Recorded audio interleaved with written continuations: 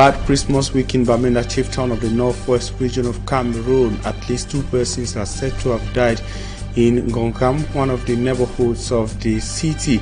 They have been shot and 2 other persons are said to have been rushed to the hospital as confrontations between the security and defense forces of Cameroon and separatist fighters continue in several parts of the English-speaking northwest and southwest regions of Cameroon. In this edition of the news, we shall also be talking about sport and the road to the African Cup of Nations Cameroon 2021.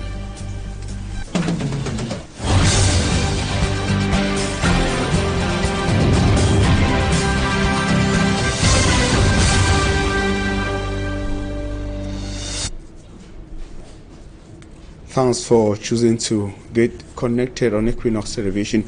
Welcome to our primetime newscast live from Cameroon's economic capital city, Douala, Equinoxe Center News Desk. We begin with our top stories to talk about Christmas fever. It's Christmas and kids are pushing parents to get them toys and Christmas gifts. Malak Glory went to some of the markets in the economic capital city, Douala, to measure the atmosphere. Her report.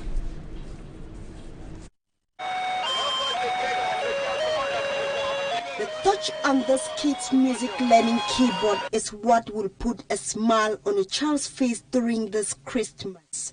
Every year, we find ourselves overwhelmed by the new hot toys hitting the market, though very expensive. Finding something that can keep a toddler or teenager occupied by having fun during this festive period is sometimes challenging. Reason why most parents now go for educative games, though the choice of the child matters. Yeah, I like that small toys, just like a vehicle, because children like it so much to play with it during Christmas. And they are expensive now, too expensive. I'm unable to have it. Parents visiting the market these days will have a variety of fun games for their children to make the day colorful and play. Oh, I want something playful, colorful, without any dangerous, not being dangerous for the kids.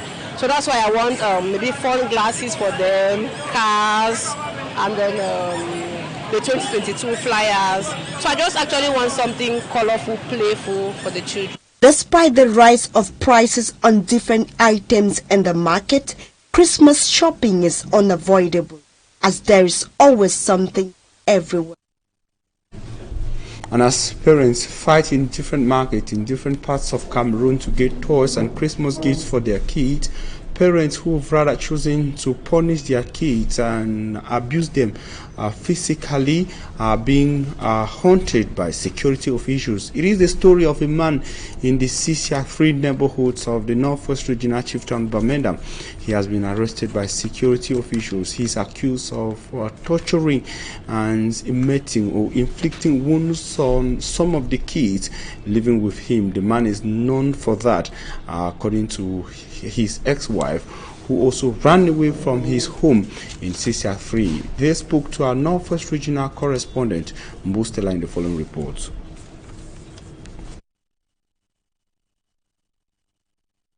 It was from this house numbered 68 at the CCR3 neighborhood in Bamenda 3 subdivision that neighbors rescued 2 kids. The 2, 11-years-old Foto Yemetu Anderson and 6-years-old Tala Joy Blessing, are said to have been subjected to physical and emotional torture by Yemetu Francois, a man they called father and grandfather respectively. According to neighbors who did not want to reveal their identities, they saw Joy Blessing beside their house on Monday, December 20th, looking weak and her hands constantly at her back. Further inquiries revealed that Joy Blessing had fresh wounds on her back and her hands tied behind using the same chain her grandfather used in torturing her. The first day they put, when they removed the chain, she came out in there and beat the child again. And so when they wanted to remove that yesterday, the child was saying if they remove the father, will still come and beat him. So that's when we took all the child's dress and saw that there were fresh marks of canes. Beating a child of about 5-6 years and putting wounds on the child's body, whatsoever thing the child did, it is inhuman. As confirmed by Mirelle, mother of Foto Yemetu Anderson, one of the two kids, Yemetu Francois also tortured her to live in her home, just like those who married Francois before her and after she left his house. So I married the man being number 4 woman. Me I born already picking. So I want to feel na old man, the way the old man treat me, only beating this and that. So now 4 years to the week I used to take the picking go. So he used to beat me, then tell me say been a kung fu long care the feel diable. The TV picking the pass through I don't face her. So I know what she don't be alive, see my picking pass through it with me.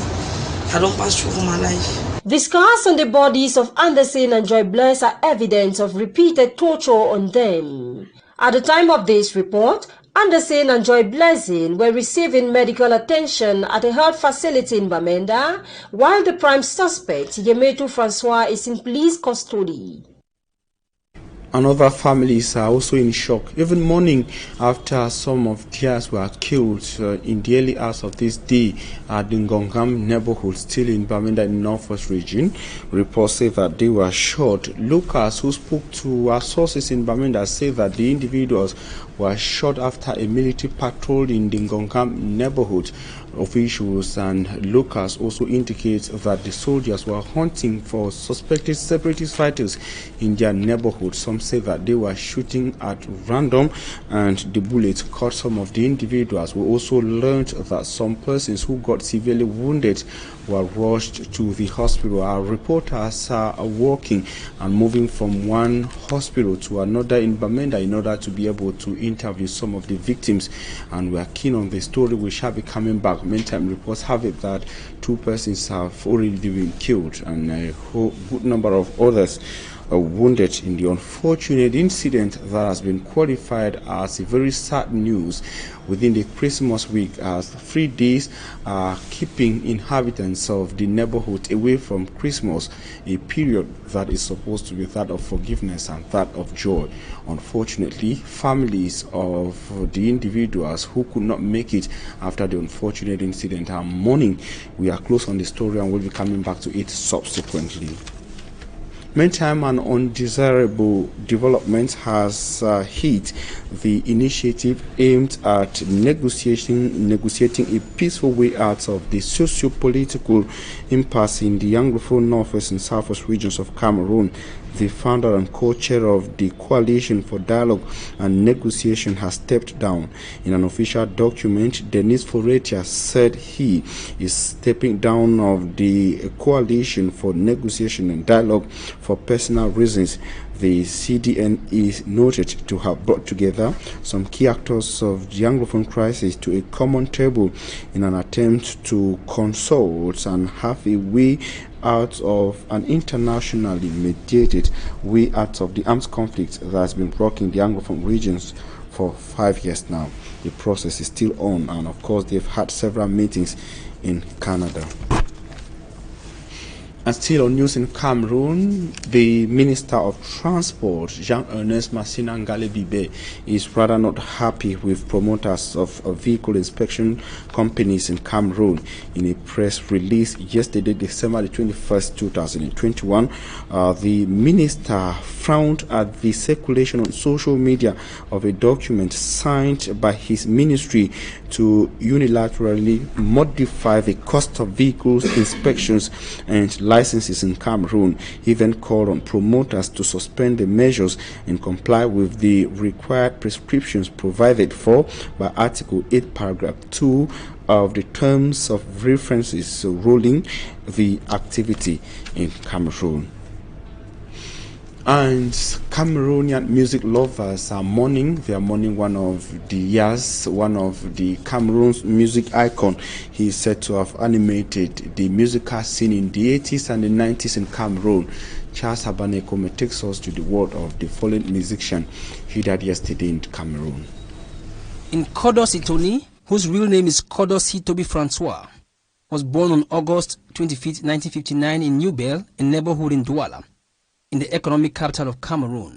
This renowned artist modernized the Bikusi genre of music in the 1980s. Being the eldest of 7 children, as a boy, he grew fond of music and was encouraged by a few friends who made guitars, which he teased all day long. As he grew older, he left his village and settled in town despite his father's disapproval. He even ran on several occasions to find companions such as Manuel Ngemo and Ebwalotin, with whom he made his first real musical classes, built on vocals and the use of the guitar, before exploring other instruments in the orchestra, a peculiarity that will be an advantage for him during his adventures outside his country of origin. He then, with several major artists from different stages, lived various experiences from several workstations, an enormous wealth that he was able to acquire, which enabled him to weave musical hits as a songwriter and performer. On his return to Cameroon in 1985, he met Albert Brooks, a producer who believed in him and decided to accompany him. Success was predictable then, with 2 albums released in Cameroon titled 100% Degree of Bikutsi and 120% Degree of Bikutsi in the Shade. Sitoni became an inspiration because after his long stay in Nigeria, where he explored at length several genres of music such as high life, Afrobeat, Juju music, other Yoruba and Igbo genres of music, which he blended with Bikutsi. This modern version of Bikutsi was then established in Cameroon and was on every playlist in nightclubs and bars in the country. 35 years of hard work and consistency, this Cameroonian artist, who modernized Bikutsi, gave up the ghost on the 21st of December 2021 due to ill health in the nation's political capital, Yaoundé. To Cameroonians and the entire music industry, an icon has fallen, but his legacy lives on. Charles Abane commented on what you needed to know on the prolific Cameroonian musical artist Koti Sitoni, who died yesterday in Yaoundé, Cameroon. And time for us to talk sports and developments from the Lions Den in Cameroon, talking about players who've been called up by the head coach Antonio Conceição to say that Nje Clinton and Eyongo Bitolo have been included as a part of the final list of indomitable Lion players called up by head coach Antonio Conceição. Clinton J, based in Russia, is caught up to the Den after over 2 years or a year out of the squad. Another Anglophone formidable kingpin player and a regular of head coach Conceição is Collins Ngoran, who's been caught up as highly expected. The players include 3 goalkeepers, 9 defenders, 7 midfielders, and 8 attackers or forward. They are those who've been caught so far as the final list of head coach Antonio Conceição is concerned. And on our way to AFCON 2021 in Cameroon, Sudan and Guinea will be in Cameroon with new names as managers. The football federations of both countries fired their coaches because of their very poor performances and results recorded during the just ended Arab FIFA World Cup. Details with Smart Njikan Gabriel in the following report. Another Group D country will be coming to Cameroon with a new man in command. After a successful qualifier, the Sudan Football Association has also parted ways with their head coach, Frenchman Hubert Velud. The federation went furious due to Sudan's poor show at the FIFA Arab Cup that saw Sudan conceding 10 goals and scoring none and being eliminated at the group stages as they lost all 3 matches. The Falcons of Jedian, who are discovering the AFCON for the first time since 2013, is one of the representatives of the Sekafa zone in the upcoming AFCON. Local caretaker coach Bohan Tia, who was assistant coach during the 2018 African Nations Championship (CHAN), which saw Sudan finishing 3rd, takes charge of the team in Cameroon. Sudan will start their competition against Guinea-Bissau. Meanwhile, the Sili National of Guinea will also come to Cameroon with a new manager in charge. French-born and former Guinea international Kaba Diawara will have the task of coaching his country during the AFCON. Kaba Diawara took over from Frenchman Didier Six, who was fired by the Football Federation of Guinea for failing to qualify to the last round of the FIFA World Cup qualifiers, Qatar 2022. The Sili National will play in Group B alongside Senegal, Zimbabwe, and Malawi. You can get it there on the sports story and information linked to the African Cup of Nations AFCON Cameroon 2021. And before we go to talking points, let's take on this advertorial to say that La Vive Travel, a multinational travel agency, has ended a one-day educative conference on how to better handle the complex challenges facing the travel industry. The Cameroon branch office, located at mile 17 in Buea, southwest region of Cameroon, revealed to the public that its doors are always open for consultancy. Derek Jato. At a time, many see the travel industry, especially the air mode of transport, seem to have tiring and complex procedures. La Vive Travels Limited, a licensed travel agency, certified by the International Air Transport Association (IATA) and reputed for its excellence in service delivery, has opened up to the public during a conference organized at its Buea, Cameroon office. La Vive Travels Limited offers counseling in visa processing. We process visas for people to travel to all parts of the countries around the world, like tourists, work permits, student visa, business visas. We equally book flight tickets for people to travel to any part of the destinations around the world. We do study abroad programs, admission placement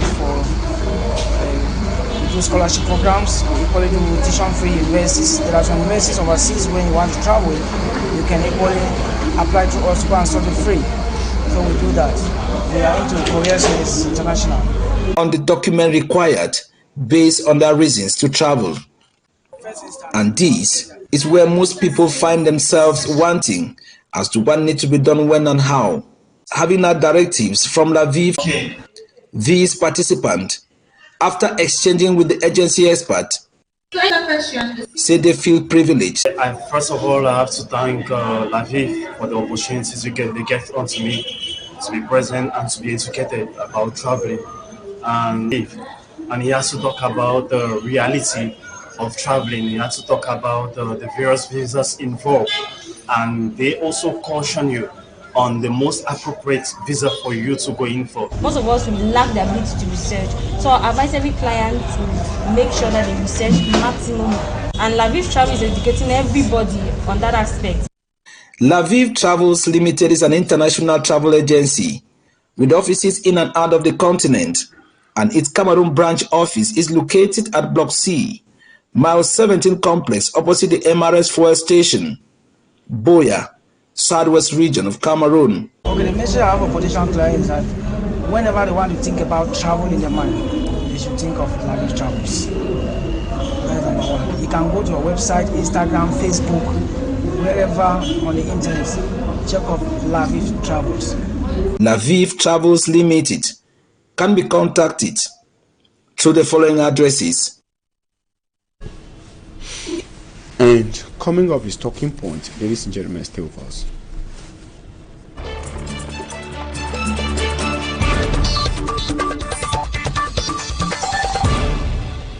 You're welcome to Talking Points. We are receiving Sir Budi Adams. We are a doctor. He's a historian and, of course, graduated recently, a PhD holder. So I said Dr. Budi Adams. Thank you very much, Armstrong.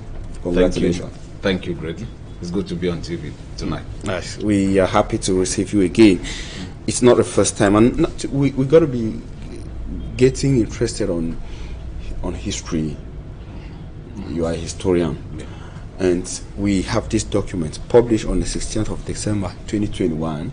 Names of some 114 officials in Cameroon selected in a project of the government to rewrite the history of Cameroon. What do we understand by that? Oh, thank you so much. I also stumbled on that list like any other Cameroonian. Of course, it's circulating on social media of an enlarged scientific committee that is created by the Ministry of Arts and Culture to write the history of Cameroon. Of course, it's important to know that when you peruse the list, you find some of the finest names, the finest brains in Cameroon intelligentsia, and even more particularly as far as the history of Cameroon and Cameroon history is concerned. Yeah, you would find those names they put together by the Minister of art and culture to be able to sit back and write the history of this country. Of course, you ask why or what is understood by that. I want to think that every generation, every nation, at any one moment pauses to find out what is written about its past. I think that once there is the necessity for a nation to rethink what has been written about it, there is no argument about it. It becomes is that to say that important. We did not have the Cameroon history written, or does it mean that it was written but not written by Cameroonians, or it was wrongly written? Right. Questions. Thank you very much. Very interesting. Of course, the social media is awash by debates around the creation of this scientific committee. I've been witness to some of the debate. It's interesting to know that no Cameroonian is, in fact, can prove or can pretend to say that is not aware of the fact that our history has issues. There are controversies, there are nuances, there are gray issues in our history that even historians have not agreed on.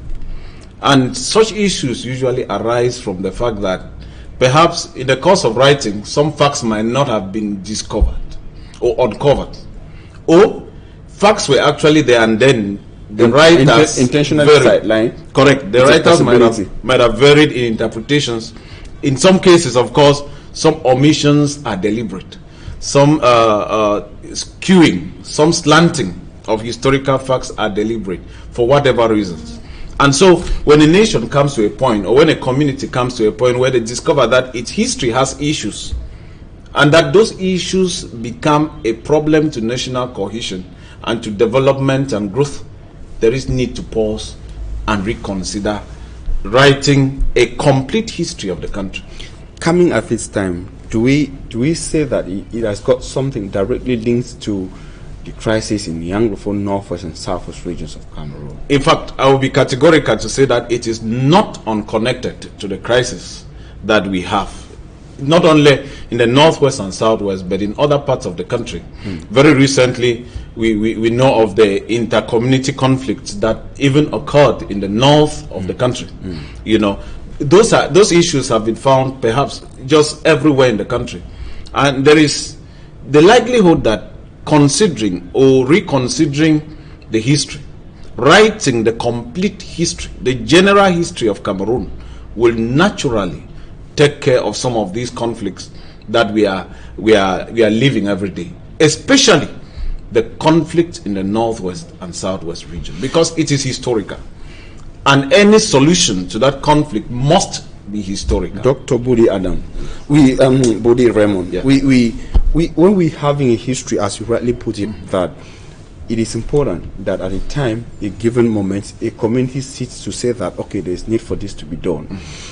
Should we be expecting that at the end of this exercise, we will be having some facts or some things that we are meant to understand as the history of Cameroon? Some of the things change, as in the date for independence, as in some of the major dates of some major events in Cameroon, as in what happened when the Cameroon Anglophone moved and stayed in Nigeria and came back and all that. Do we expect some major changes, or are there actually some things that we might not have noticed that they were erroneous? No, thank you very much. Of course, we do not argue about the dates of the independence and reunification of the present-day Cameroon. We do not argue about some facts that have already been established. Okay. Interestingly, I am sure that this scientific committee will not be undoing what has already been done. They will be building on what has already been done. And of course, to go back into it and correct some of the issues, of course, depending on what new facts they have uncovered. And of course, to straighten some of the analysis that might have been done, or some of the interpretations that have been done that are not logical to facts that exist. I think in that way we'll be able to see that at the end of the day, definitely some things will be clarified. Some things will be clear. If they would be intellectual as they're supposed to be, some things would definitely be clarified, and others or other new things introduced or uncovered and brought to the fore in the history of. But it looks like these people are not all trusted, at least some of them who are known by some Cameroonians, based on what we've had on social media, the arguments on WhatsApp and Facebook. Some people are questioning the choices. And at this time, not actually their intellectual capacity or capabilities, but as in giving the impression that they might just accept to silence some of the facts that are really important. Should this be a concern? Yeah, to the best of my appreciation, the names I find there are some of the best and finest names in Cameroon intelligentsia. But it is also important to note that some of those who have caused great distortions in the history that already exist have also been great intellectuals. So you got it there. That is, from that background, you can understand the doubt that Cameroonians threw on this committee. And it's also important that this committee be representational of the dual identity of Cameroon. Of course. I'm talking about the Anglo-Saxon and the French system, Anglophones and Francophones. There you find Anglophones, you find Francophones. In the steering committee, you find 6 Anglophones in a team of 18. And of course, if you go through the 114 names, you also find a good number of Anglophones.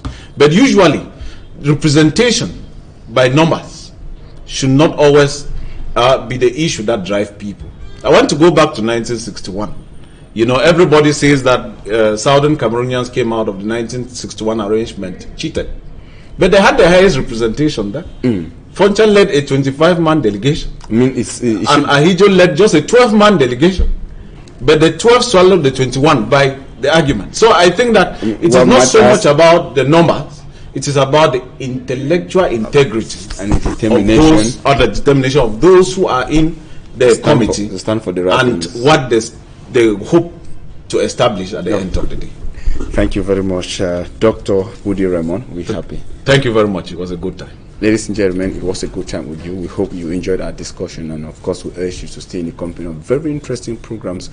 We shall be taking you to Yaoundé for the newspapers and back to Douala for Equinoxe with Serge Alain Otto.